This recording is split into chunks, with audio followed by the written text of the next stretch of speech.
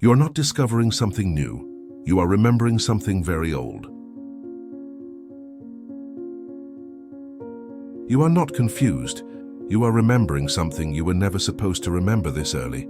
Sit with that for a second, because if you leave now, you will keep doing the same thing you have always done. You will keep trying to fix your life from the outside, and you will never understand why it keeps slipping away. Most people never notice this. They think they are awake. They think they are searching, but they are still reacting. And if you're honest, you already feel that something about your reality doesn't quite add up. Now listen carefully. This is not a message for everyone. It never was, and it's not here to comfort you. If you stop listening too soon, you won't misunderstand what I'm saying. You will misunderstand yourself. There is a reason certain ideas pull at you. There is a reason concepts like Bashar, parallel realities, the Greys, or the Mantis Beings don't feel strange to you. They feel familiar, not because you believe in them, but because something in you recognizes the pattern. Most people assume reality works like a reward system. Do the right thing, think the right thoughts, make the right effort, and eventually, reality pays you back. But that assumption is already the mistake. Reality does not reward you, it reflects you. And reflection is unforgiving. You don't get what you want. You don't get what you deserve. You get what you are aligned with. That distinction changes everything. And almost no one truly understands it. This is where most people get it wrong. They try to change outcomes without changing coherence.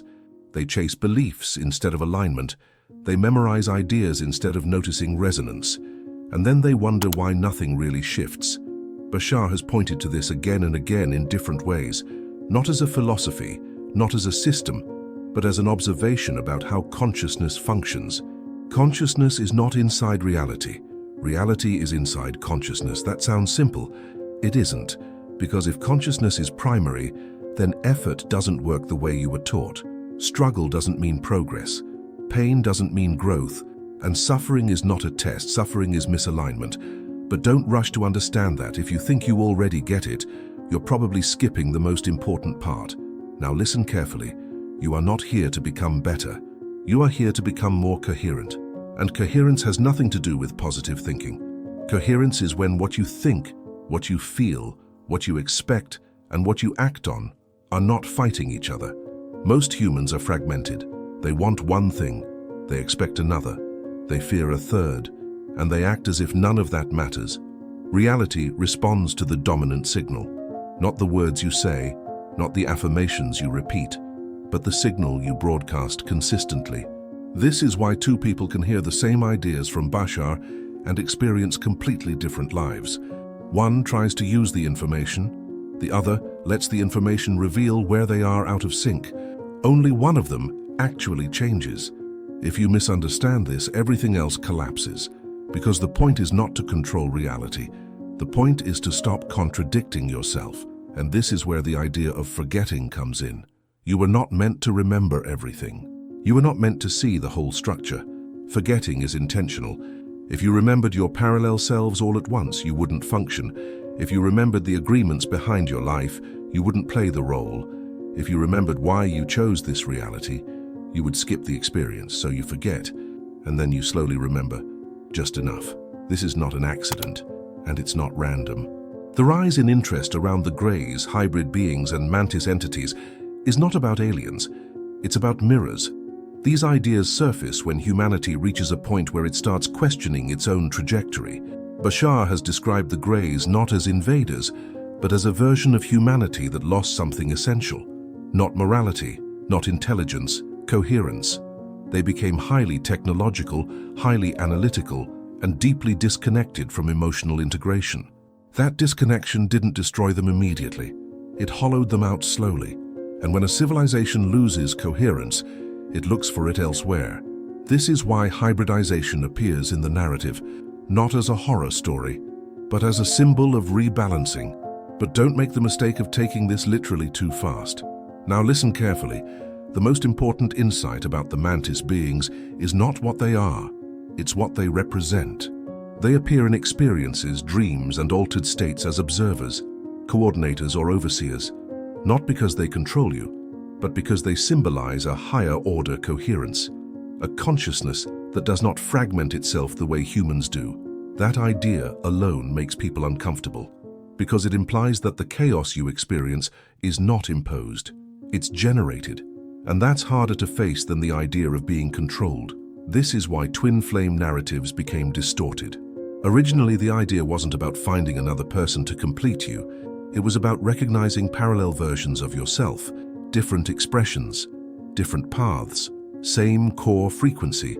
When people externalized that idea, they turned it into longing, obsession, waiting, and waiting is incoherent. If you are waiting for something to arrive before you allow yourself to be whole, you are already signaling lack. Reality doesn't punish that, it reflects it. This is where most people misinterpret Bashar's message. They hear "follow your excitement" and turn it into pressure. They hear "choose a higher frequency" and turn it into performance. But excitement is not intensity, it's resonance. It's the quiet sense of "this fits" even when it scares you. Fear doesn't mean wrong. Resistance doesn't mean stop. Often resistance means you are approaching coherence faster than your identity can keep up. Now listen carefully. If you leave before this clicks, you will think this is motivational. It isn't. Motivation fades, resonance doesn't. At around this point, many people feel a strange discomfort. Not fear, not excitement, recognition. If that's happening, don't label it. Just notice it. Because the next layer builds on something you haven't fully accepted yet. And that is this: there is no single version of you. There never was. Every choice you don't make continues somewhere else. Every direction you resist remains active. Every identity you abandon doesn't disappear, it diverges. Parallel realities are not science fiction in this framework. They are the natural result of consciousness exploring itself. Bashar has explained this as shifting billions of times per second. But the important part isn't the number. It's the implication. You are not moving through time, you are moving through versions. And the version you experience is determined by coherence, not effort, not worthiness, not fate.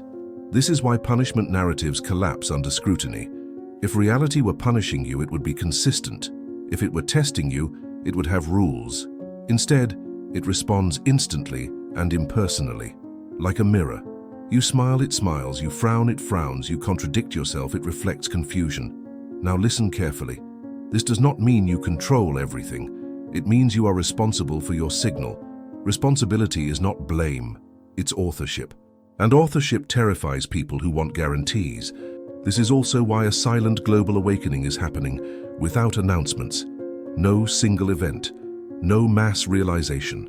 Just individuals quietly realizing that the old models don't work anymore. They stop chasing, they stop forcing, they stop explaining themselves to systems that were never designed to understand them. They don't become louder, they become clearer.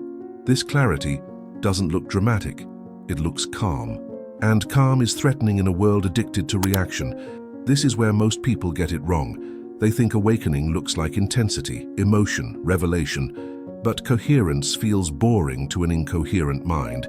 It feels empty at first, and that's why people abandon it right before it stabilizes.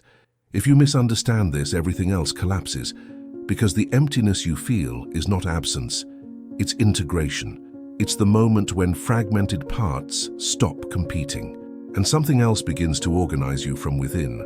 We are approaching the first major delay point now. This is important. What I haven't said yet is more important than what I have. And if you leave thinking you already understand where this is going, you will miss the realization that changes how you relate to everything. So stay, because in the next section, something subtle shifts. Before that, I want you to do something simple. In the comments, write this exact phrase: "I notice the signal." Don't explain it, don't analyze it. That phrase is not for the algorithm, it's for you. And now, listen carefully. What comes next will not make sense if you are still trying to apply this information, because the next layer is not about doing. It's about allowing something you have been resisting your entire life, and most people don't realize they are resisting it at all. This is where the story really begins. If you are still listening, something inside you already shifted, not in a dramatic way, not in a way you can explain. It's quieter than that, and that's how you know it's real. Most changes that matter don't announce themselves.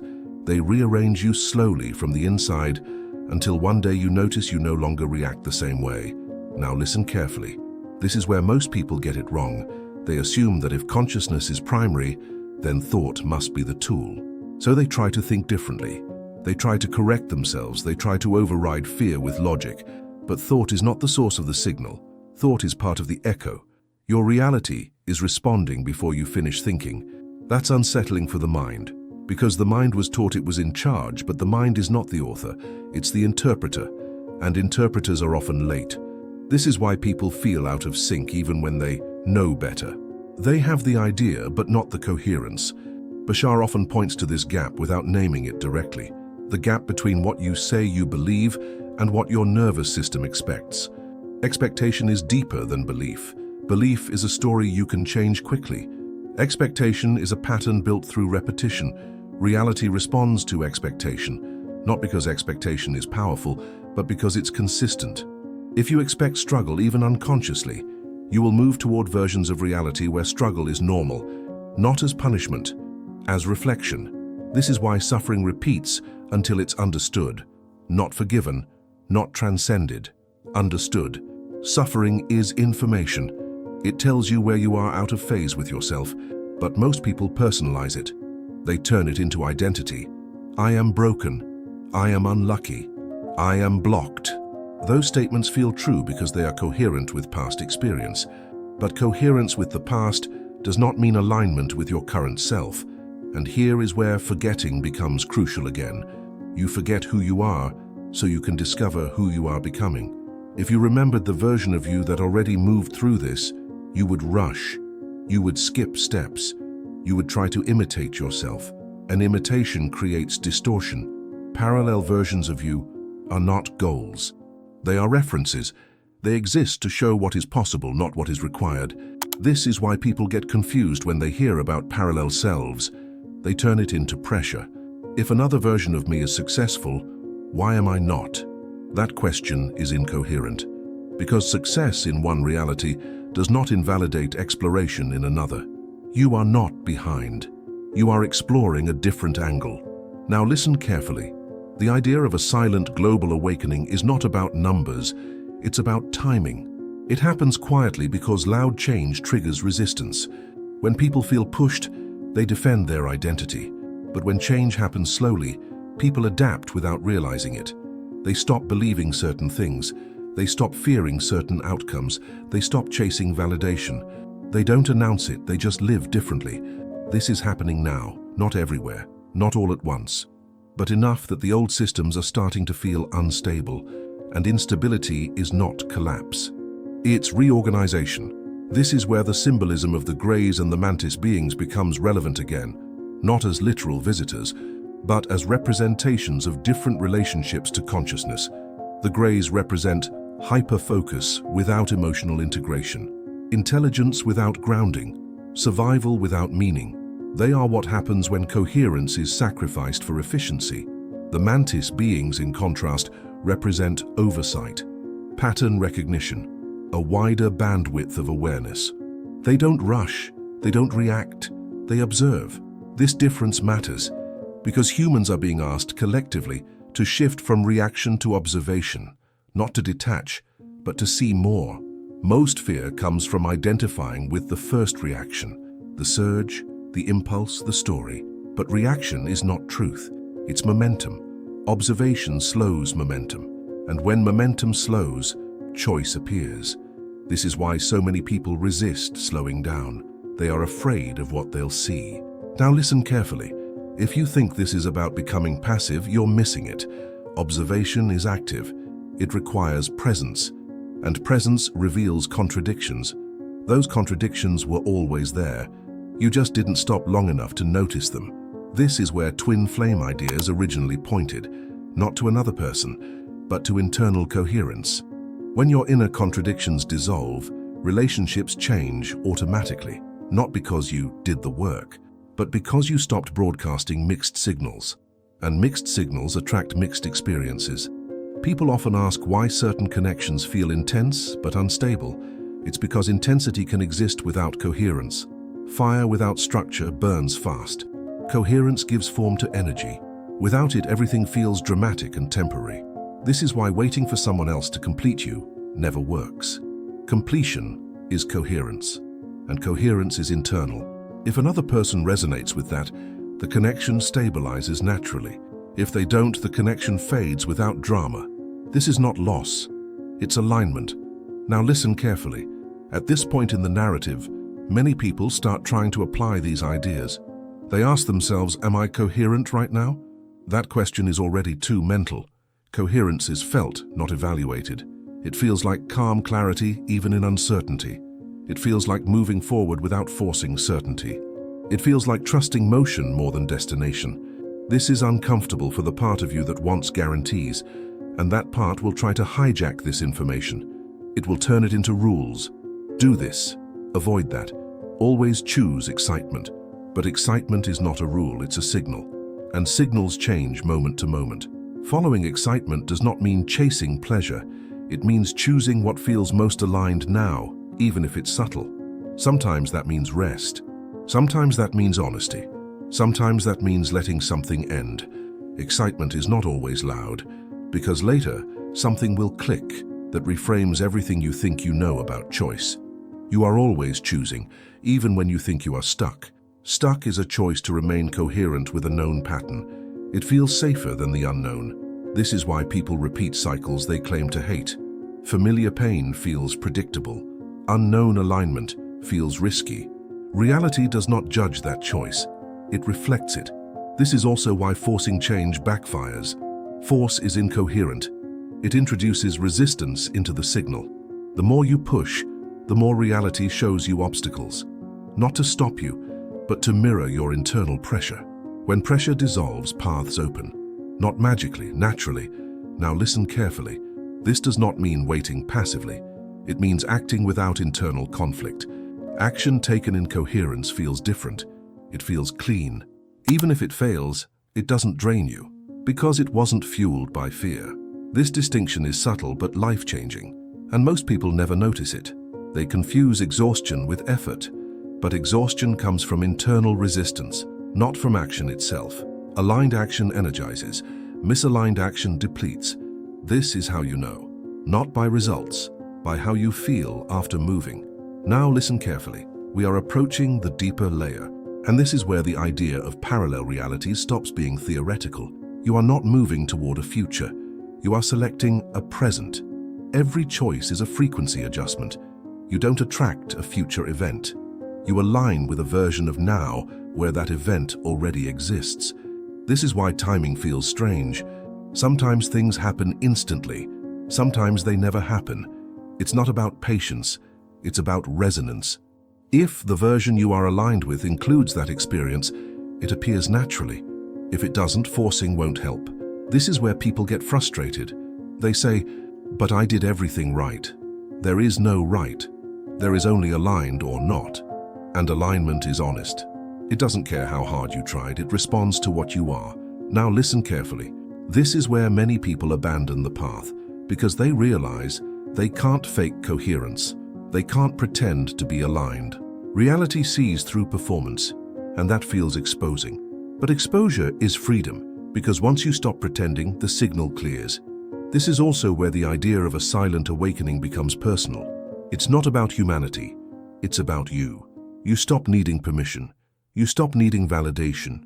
You stop explaining your choices, not out of arrogance, out of clarity. And clarity feels lonely at first, because most people bond through confusion.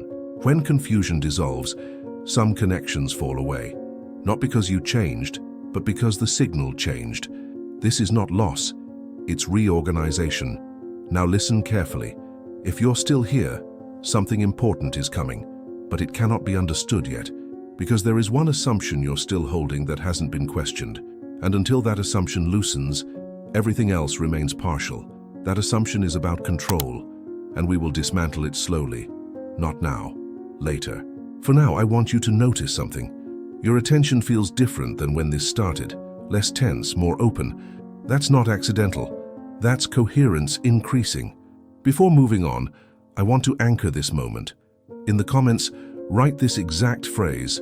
I choose coherence, not as a declaration, as a recognition. And don't expect anything to happen because of it. This is not a ritual, it's a marker. Now listen carefully. What comes next will challenge the way you relate to fear itself. And most people misunderstand fear completely. That misunderstanding is the root of almost every delay. But that realization must wait, because if I say it too soon, your mind will turn it into another idea. And this is not an idea, it's an experience, and it's coming. Fear is not what you think it is. Most people believe fear is a warning, a signal to stop, a sign that something is wrong. That belief alone has shaped entire civilizations.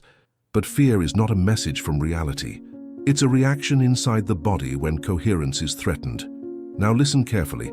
This is where almost everyone misunderstands everything. Fear does not appear because something bad will happen. Fear appears because your identity is about to dissolve, and identity resists dissolution. Not because it's evil, but because it was designed to survive. Your nervous system does not care about truth. It cares about continuity. This is why fear can arise even when something deeply aligned is approaching. Alignment threatens familiar patterns, and familiarity feels like safety, even when it hurts. This is why suffering can feel safer than change.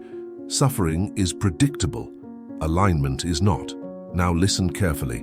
If you misinterpret fear, you will spend your entire life avoiding the very moments that would have reorganized you. This is not poetic. This is mechanical. Fear is friction between who you have been and who you are becoming, and friction produces heat. Most people run from the heat, but heat is not damage, it's transformation. This is where Bashar's ideas are often oversimplified. People hear that fear should be ignored or transcended. That's not accurate. Fear should be observed, because fear contains information about where coherence is being resisted. When you observe fear without acting on it, something subtle happens. The fear does not disappear immediately, but it stops controlling direction. Direction returns to alignment. This is the difference between reaction and response. Reaction is automatic. Response is coherent. Now listen carefully. The idea that suffering is punishment is one of the deepest distortions in human consciousness. Suffering is not a consequence imposed from outside. It is the sensation of internal contradiction. When what you believe, expect, and act on are misaligned, the body registers that incoherence as discomfort. That discomfort scales. Mild discomfort becomes anxiety. Sustained anxiety becomes suffering, and suffering persists until coherence is restored.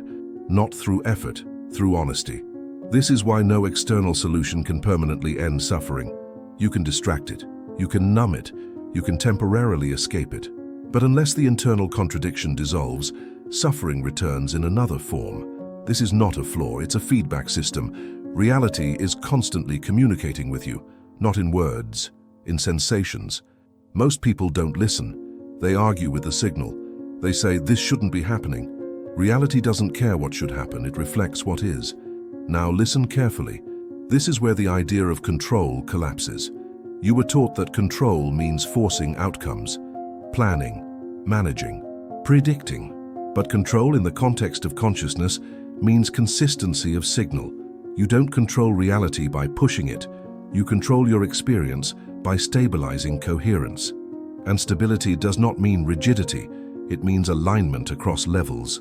Thought, emotion, expectation, action. When these agree, reality flows. When they contradict, reality resists.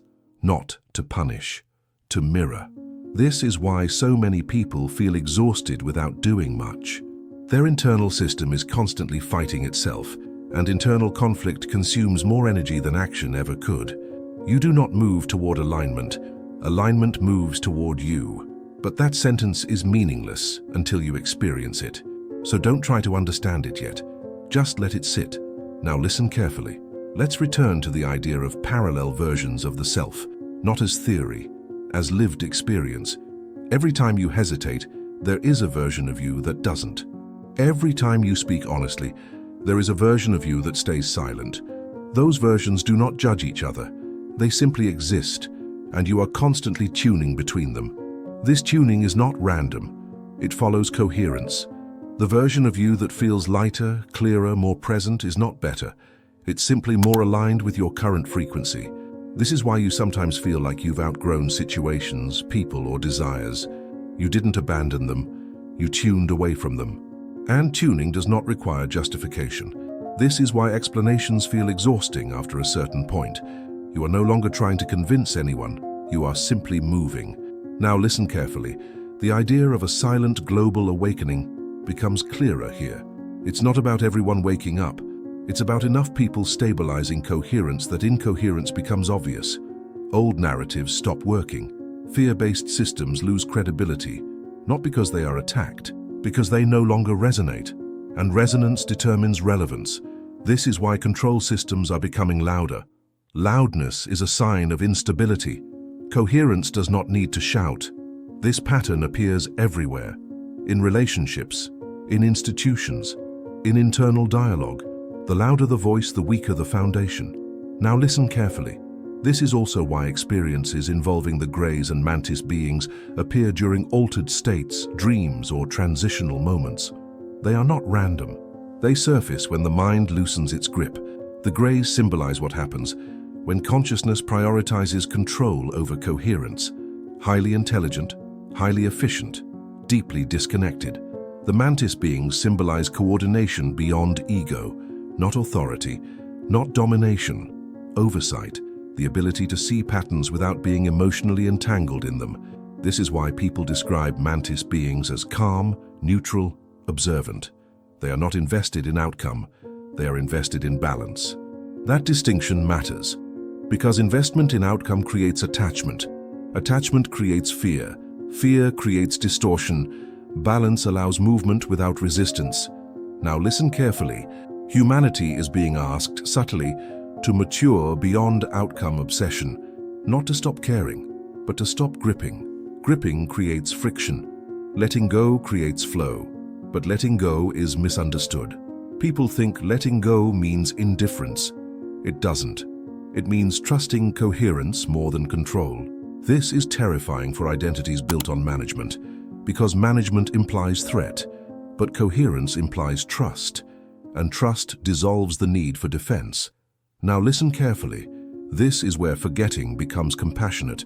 You forget your broader nature so you can experience choice without overwhelm. If you remembered all versions of yourself, every decision would feel heavy. Forgetting allows play, and play is exploration without pressure. This is why children learn so quickly. They are coherent because they are not yet fragmented by expectation. They respond to excitement naturally, not because they are taught to, because they are not taught to resist it yet. Adults relearn this slowly, not by regressing, by integrating. Now listen carefully. This is where the idea of twin flames quietly corrects itself. It was never about finding someone else. It was about reintegrating disowned aspects of self. When those aspects reintegrate, external relationships stabilize or dissolve naturally. No drama required. This is why intense connections either evolve into grounded partnership or fade completely. Intensity without integration cannot last. It burns out. Integration stabilizes. Now listen carefully. At this point, many people notice their relationship to fear shifting. Fear no longer feels like an enemy. It feels like a signal flare. Something saying, pay attention here. Not stop, but observe. And observation changes everything. Because when you observe fear, you step out of identification. And when identification loosens, choice expands. This is freedom, not freedom from fear. Freedom within fear. Now listen carefully. This is the threshold most people never cross. They wait for fear to disappear before acting. But fear disappears after alignment, not before. Action taken in coherence dissolves fear retroactively, not because fear was wrong, because it was informational. Once the information is integrated, fear no longer needs to appear. This is why courage is misunderstood.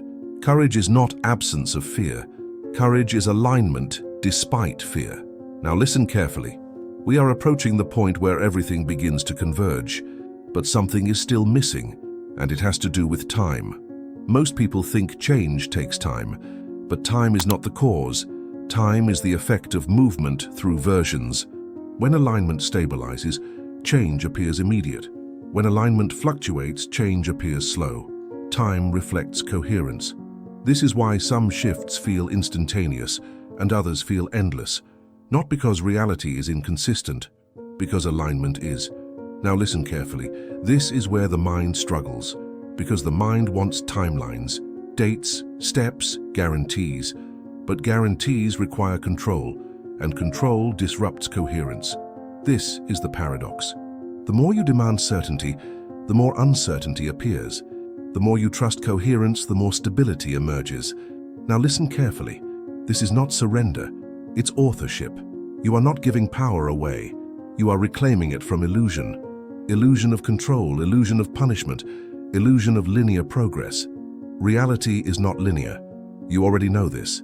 You felt it in moments when everything aligned effortlessly. Those moments were not accidents. They were glimpses of coherence. And coherence is learnable, not through effort, through awareness. Now listen carefully. Before moving to the final section, I want to mark this threshold. In the comments, write this exact phrase: I observe without resisting. Again, not as a declaration, as a signal to yourself, because what comes next is the deepest layer, and if you rush it, it collapses into concept. The final section is not about learning, it's about remembering, and remembrance cannot be forced. It arrives when resistance softens. We are almost there. There is something you have not been told directly, not because it was hidden from you, but because it cannot be understood the way other things are. It has to be recognized, and recognition only happens when resistance softens enough to allow it. Now listen carefully. The reason everything you have heard so far feels incomplete is because it is meant to. Completion does not come from information. It comes from coherence settling into place. You don't reach it. You notice when you stop interfering with it. This is the quiet truth behind everything Bashar points toward. Not instructions, not systems, recognition. You were never meant to be pushed into awakening. You were meant to relax into it. This is why forgetting was necessary.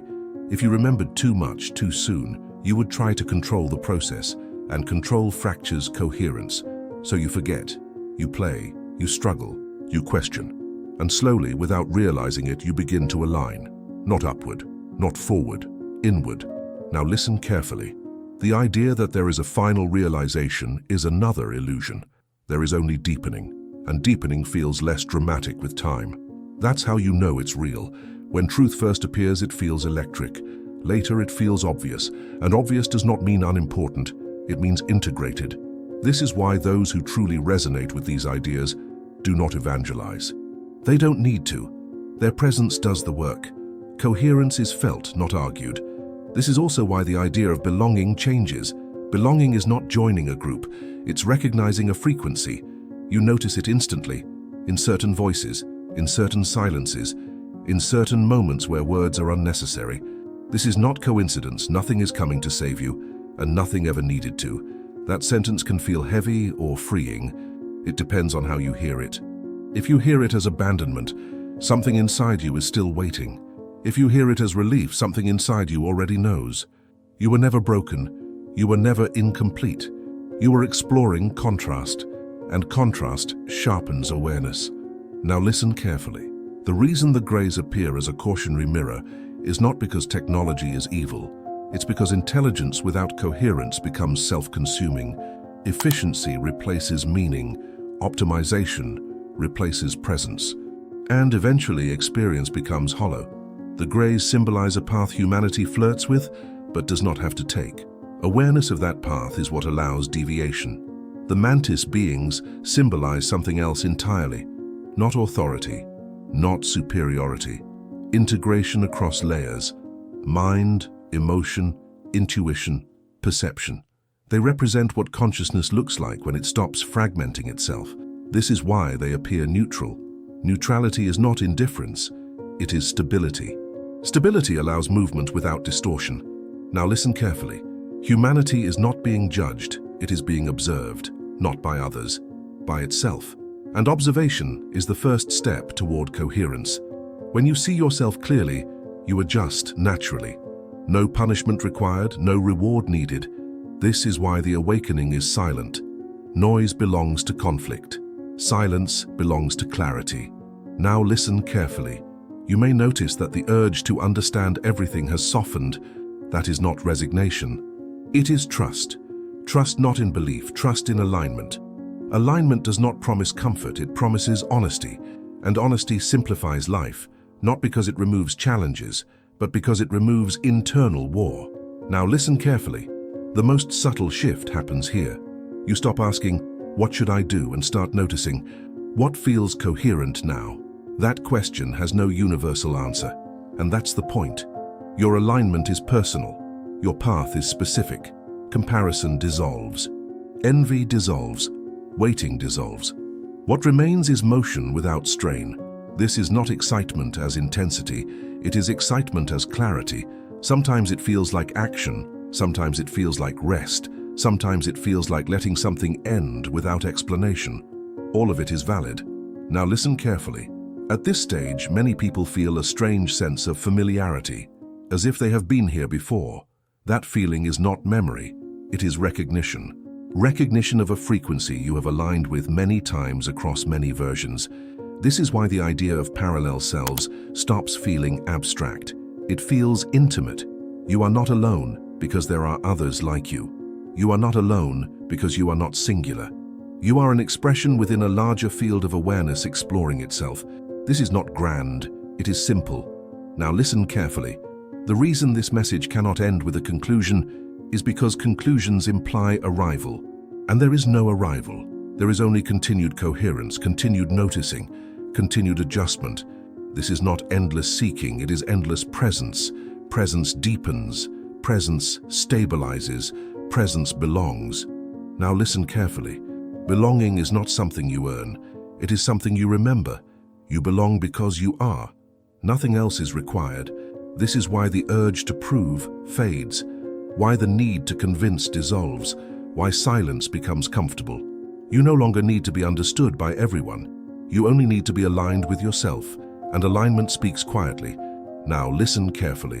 Before this message fades back into your life, I want to anchor one final recognition. In the comments, write this exact phrase: "I am already in motion," not as an ending, as a continuation, because motion never stopped. You simply became aware of it, and awareness changes how movement feels. Now listen carefully. There is nothing left to add, and nothing to take away, only something to notice. As you move forward, moments will arise where you remember this without thinking. A pause, a breath, a sense of ease where tension used to live. Those are not signs, they are reflections. Reflections of coherence stabilizing. And coherence does not announce itself, it simply becomes normal. So when this video ends, nothing ends. Something continues, quietly, naturally, without effort, and you will recognize it when it happens. Because part of you always has.